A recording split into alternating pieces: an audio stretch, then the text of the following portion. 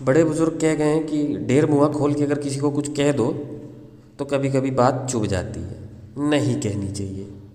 यही किया द्रौपदी ने। तो द्रौपदी को पांडव, पांचों पांडव लेके हस्तिनापुर पहुंचते हैं। पूरा हस्तिनापुर में खुशी का माहौल, एकदम डीजे वीजे लगा है, पार्टी इनविटेशन, पूरा बफे चल रहा है, दै पनीर, दै कढ़ाई, दै नान खटाई, सब चल रहा है। आधे तो आए थे इधर उधर खाली देखने की द्रौपदी है कैसी, पांच पांडव की एक बीवी, हाउ इज़ इम्पॉसिबल। बस लोग पहुँचे हैं, आधे तो इधर उधर खबर फैलाने आए थे कि भैया पांच पांडव की एक बीवी आई है, देख लो चल के।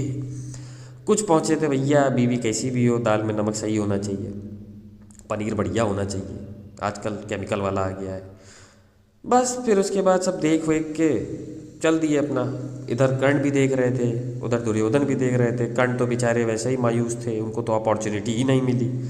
वो अलग खंबे में माथा पीट रहे थे, बाल बाल पकड़ के रो रहे थे कि मुझे तो मौका ही नहीं मिला, मुझे तो मौका ही नहीं मिला। दुर्योधन के कंधे पे सर रख के एकदम दुर्योधन का कंधा गीला कर दिया। दुर्योधन अलग किलसाए हुए कि हमारे घर की होने वाली जो बहू थी वो मेरा दुश्मन ले गया। दुर्योधन बोले तेरा तो मैं बदला लूँगा। फिर उसके बाद धीरे धीरे धीरे धीरे चीज़ें आगे बढ़ी। धृतराष्ट्र ने, the king of Hastinapur, Dhritarashtra the blind man, उन्होंने क्या किया, हस्तिनापुर का आधा हिस्सा पांडवों को दे दिया। और वो जो हिस्सा दिया, इतना खंडहर कि क्या ही बताया जाए कितना खंडहर। न पानी की व्यवस्था, न सीवर, न टोटी, न टंकी, मतलब कुछ नहीं। लेकिन पांडव थे किस्मत के बड़े तेज, क्योंकि द्रौपदी थी उनके साथ। जहाँ जहाँ द्रौपदी के पैर पड़े वह जगह स्वर्ग हो गई, और उसी स्वर्ग का नाम रखा गया इंद्रप्रस्थ।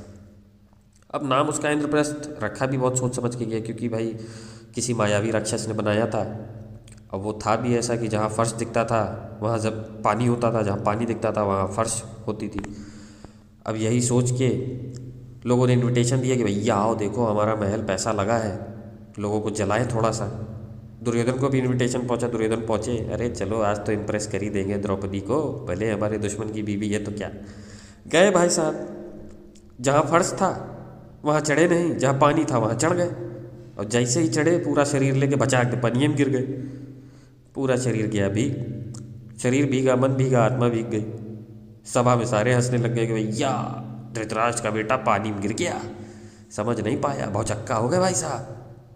ऊपर से द्रौपदी छज्जब खड़े होकर देख रही थी, वो भी हंस दी। हंसी तो छोड़ो, मार दी टॉन्ट। कह रही है भाई साहब अगर आप अंधे के बेटे हैं तो क्या आप भी अंधे ही रहेंगे।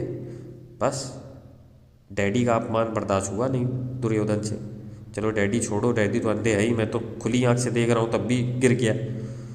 बस दुर्योधन ने कहा कि अब तो बदला लूँगा।